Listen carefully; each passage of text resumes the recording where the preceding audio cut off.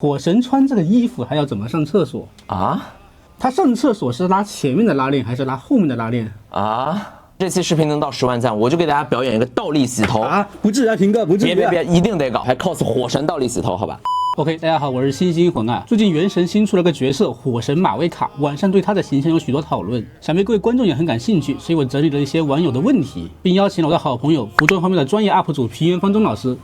来替大家把问题问一问。来，欢迎平原方中老师。Hello， 大家好，我是平原方中，很荣幸能受到星魂的邀请啊。火神的衣服呢，我之前也看了，确实是很有意思。那这一期我们就边看边聊。好，首先观众好奇的是，为什么纳塔这件部族国家的火神会穿着皮质的这种很现代的机车服呢？以我的了解啊，首先这个原神的纳塔原型我之前也查过，它是糅合了这个美洲文明和非洲文明嘛，其实有很多是美洲原住民印第安人的文化在里面的。这个美洲原住民印第安人曾经的很多服装都是用美洲一种特产，就是美洲大野牛的牛皮来做的衣服，这种皮衣是比较防风的。当年的印第安人都比较喜欢骑马，所以这个皮衣骑在马上的时候也能有一定的保暖效果。不过现代这个骑马的人变少了呢，皮衣就从马背上用的变成了这个骑摩托车的时候用的，所以他要穿皮衣，这个我觉得是第一个原因。然后第二个原因呢，就是其实现在骑摩托车的这个机车文化也是来源于美洲大陆，虽然说是比较现代的美国，但是美国也是美嘛。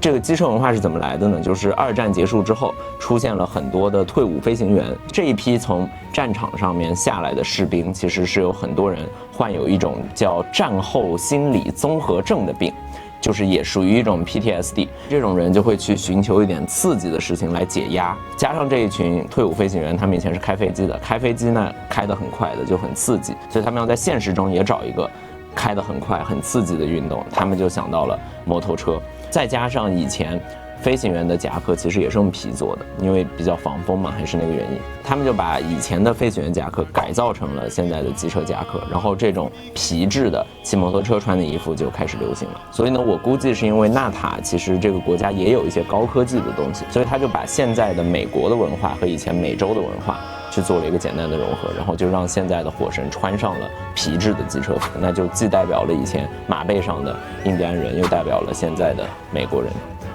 那又有观众问了，那个机车服为什么是连体的？这连体的看上去挺不方便的。确实，这个连体衣平常穿是挺不方便的，但是它其实一开始诞生的时候是有一个专门的使用场景。连体衣的英文名是叫 jumpsuit， 顾名思义就是跳伞的时候穿的衣服。那为什么跳伞的时候要穿连体衣呢？经常穿衣服的朋友们肯定知道啊，这个衣服虽然说它是有袖子，这个袖子是容纳你的手臂的，但是如果你的动作幅度太大的话，这个衣服的下摆就会被你的手牵扯的抬高，就像这样，你看，比如说我这里一抬，那我衣服下摆这个地方就会抬起来，对吧？懂我意思吧？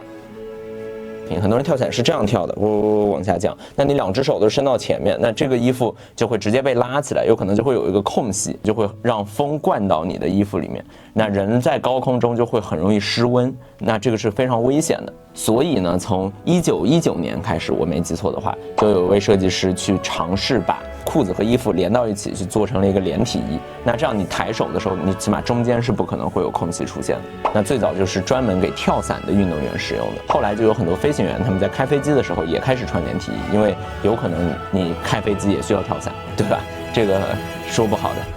所以我觉得他火神穿上连体衣跟这个飞行员夹克变成了他现在的这个机车服的这种感觉，也能呼应上，都是跟飞行员相关的一个由来。再一个就是其实现代的很多比赛用的机车服也是连体衣的形式，一方面是连体衣更防风嘛，也是可以防止风灌进来，然后还有一个点就是它跟分体的衣服相比是可以降低风阻。然后其实有很多的这种机车比赛服，包括说赛车的比赛服，它会着重的去加强衣服的防火性。当然这个角色是火神，他肯定不需要防火，但有可能他要防他从里往外的火。那这连体衣的由来我们讲了，但为什么要用这个双头的拉链来做这连体衣呢？我看他这身衣服上的这个双头拉链其实蛮有意思的，就是它从前面也可以拉下来，然后从后面也可以拉下来。一方面我觉得它这么拉下来稍微露出一点皮肤应该是蛮好看的，再一个是我觉得这个其实也是有实用性考虑的。如果大家经常看这个赛车比赛或者是机车比赛，就会发现这个比赛结束之后，很多选手他会迫不及待的把这个连体衣脱一半，因为这个连体衣它要满足那么多的功能性，所以它穿在里面，尤其是它在进行一个高强度的运动，所以运动结束之后它会非常热，很热呢，它就要把这个衣服脱掉。一般的现代的这种连体衣，它是要把前面拉开，然后像这样拖过去，或者是怎么样的。但它这里设计的就是双头拉链，我觉得是可以让这个散热的效果最大化，就是如果它很热的话，前面也可以拉下来一点，后面也可以拉下来一点。那我觉得就是能让这件衣服更快的、更方便的去散热。确实啊，那接下来这个问题啊，是观众真正好奇的。就火神穿这个衣服，还要怎么上厕所啊？他上厕所是拿前面的拉链还是拿后面的拉链啊？就是，所以我们的观众挺好。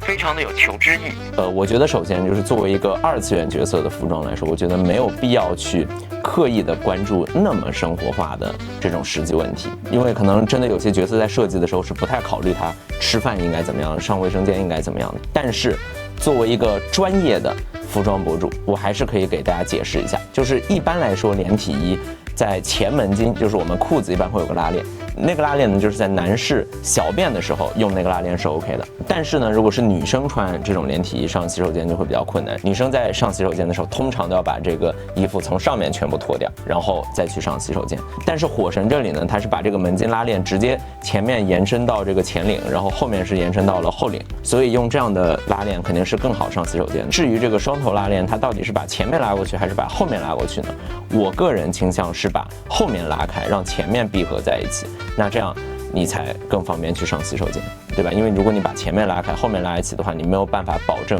这个衣服它不散开，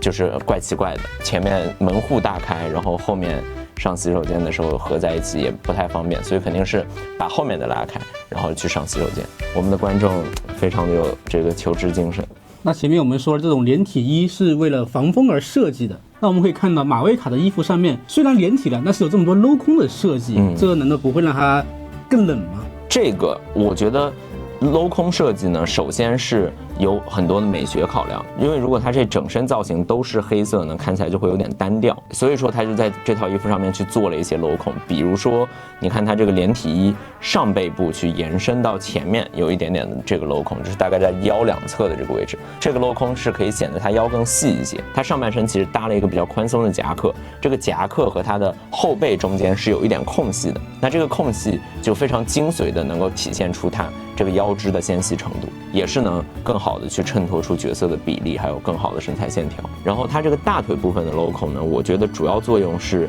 平衡它上下半身的色彩。所以照你的意思说，这些镂空纯粹是为了好看，而没有什么实用性的设计咯？这个其实也不完全是啊，这几个镂空的地方，我觉得还是有一点其他讲究。但是米哈游记得给我打点钱，我再慢慢说。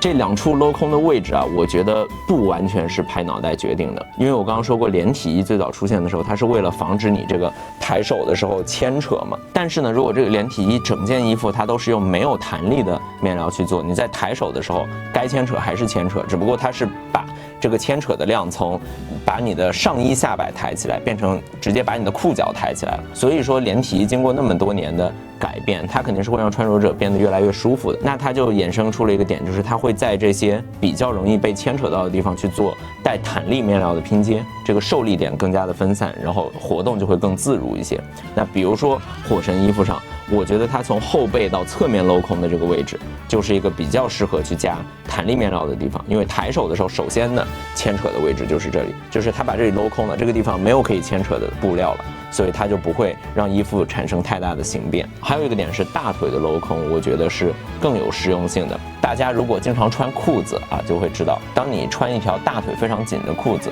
坐下来之后，你的腿会变扁，然后它其实就往横向分出来了，然后就会让你的大腿显得有一点勒，有一点绷绷的。所以我们在做衣服的时候都会考虑到给衣服留出一点余量，让这个裤子并不是完全紧贴着你的大腿，能够让你在坐下来也好，蹲下来也好，能有更多的活动量在里面。但是它这个衣服是非常紧身的皮衣，那如果是没有余量的话，那他在摩托车上骑车的时候，他大腿被压扁了之后，他大腿就会箍得非常难受。所以他这里在前面去做了一个镂空，它这个镂空的作用其实是你在摩托车上的时候，这个镂空可能就会稍微张开一点，张开一点之后就给你的大腿提供了更多的活动量。然后我还发现一个比较有意思的细节，就是它在后侧的这个镂空，这个下面的这个起始点其实加了2个金属的小铆钉，在衣服上做开叉，然后开叉的这个就开始的地方和结束的地方是会经常受力的。你如果只是用缝线缝上去呢，那这个开叉就很容易崩开，那这样就会比较容易走光，比较尴尬。所以它在这个地方加一个金属钉的作用呢，就是固定这个开叉，那这样就不容易崩开。它这里呢是做成了一个金属的铆钉，看起来会更华丽一些。这个我觉得也是蛮有现实还原度在里面的。那这连体衣我们讲完了，的确是有点讲究、有点说法的。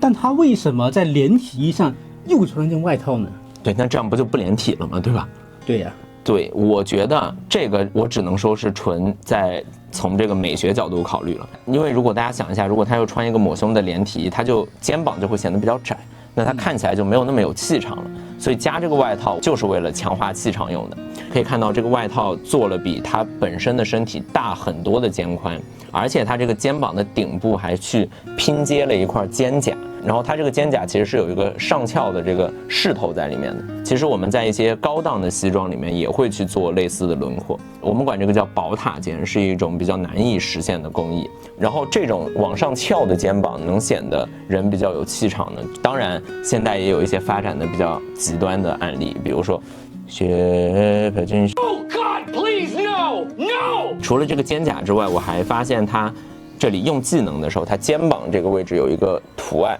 这个图案也会发光。发光其实也是强化肩部，让肩部看起来更大的一个设计。发型其实也是起到了同样的作用，也是用来增加它这个亮感，还有它的气场。那这有观众说了，他哪怕垫了肩膀，加了头发，但是跟其他的成年神明相比，还是有那么些缺乏气场。对，所以说这个角色加了一个我觉得非常天才的设计点，就是他给他加了一个摩托车。这个摩托车一加就不一样了，因为摩托车是一个非常大的东西，整体的亮感就变得非常的大，跟其他的神相比，那气场就一点都不差了。所以这个我觉得是从比例上来说，从这个好看程度上来说，在这个角色身上一个非常天才的设计。但是又有一个问题，它的外套为什么要设计成斜的？是因为拉不上，所以干脆不拉了吗？这个我觉得这件外套其实蛮特别的，就是它长度非常短，比较短的外套它会显得更干练、更飒爽一点。然后再一个点是它前身这个斜的线条，我觉得也是经过设计的。它这个上斜的线条配合上它这个抹胸形状的紧身衣，其实是把它露出来的皮肤刚好在这个位置形成了一个三角形，刚好是把它胸部的位置给留出来的。那这样就会显得它的整个上围更加的饱满一些，就会显得角色的身材更好。那马维卡穿这个衣服骑摩托车，还有这个喇叭口的袖子，岂不是会让风直接灌进来？对，其实也是我想说的一个点，就是传统的机车夹克是不会做喇叭型的袖口的。如果喇叭型的袖口，那不是一直往里灌风吗？所以我觉得它要在袖口这个位置加了2个绑带，一方面是有一点装饰效果，另一方面我觉得是为了表现出这件衣服其实还是可以把袖口勒住，然后防止这个风灌进来的。那他这样手腕不会冷吗？他是火神，不会怕冷的。别问了，下一个。OK， 那马维卡的衣服的款式讲差不多了，但是能发现他身上有很多这种尖锐的纹样设计，这个有什么说法吗？我个人感觉应该是代表太阳的意象。这个纹样的原型呢，应该是阿兹特克的太阳石。这个石头上面就有一个圆，然后有8个分向不同方向的尖角，其实跟火神身上这个太阳形的纹样就很像。然后这个圆形呢，其实也很像你现在手里的硬币。这个衣服讲完了，我们来讲他为什么穿这个高跟鞋。这高跟鞋骑车不会很危险吗？其实，在骑行的时候，穿高跟鞋可能会甚至比穿平底鞋要更安全一些。为什么呢？因为最早骑马的时候，你的脚要踩在马蹬上，那个马蹬也是一个横杠。当时的那个鞋子就是要带一点跟的，就是为了让你的鞋跟可以卡在马蹬上去固定，不容易打滑产生危险。那这鞋的后跟上面地方还有一个尖，它这个尖呢，我觉得一方面是参考了那个阿兹特克太阳石的那个尖，再一方面呢，我觉得这个也是参考了以前马靴的马刺。以前骑马的靴子，它会在你的后跟后面加一个轮盘状的刺，那个刺就是你如果希望马跑得更快，你就用那个刺去扎马一下，那马吃痛了之后，它就会跑得更快一些。然后呢，其实以前的这个马刺是一个圆形，然后有几根刺，那个作用就是如果你有一根刺断了或者弯了，那其他的刺还能用，就是让它有更长的使用寿命的。但是火神这个呢，我觉得应该是作为纯装饰的，所以一根就够了。那火神的服饰细节给大家讲完了啊，平哥，你觉得这个视频能到多少点赞啊？我觉得我们这期解答了大家那么多疑惑，又那么有干货，10万赞应该不过分吧？啊，确实啊。如果这期视频能到10万赞，我就给大家表演一个倒立洗头啊！不至于啊，平哥，不至于。别，一定得搞，不光倒立洗头，还 cos 火神倒立洗头，好吧？好，大家点赞就完事儿了。那本期视频就到这里啊，我们倒立洗头视频再见啊！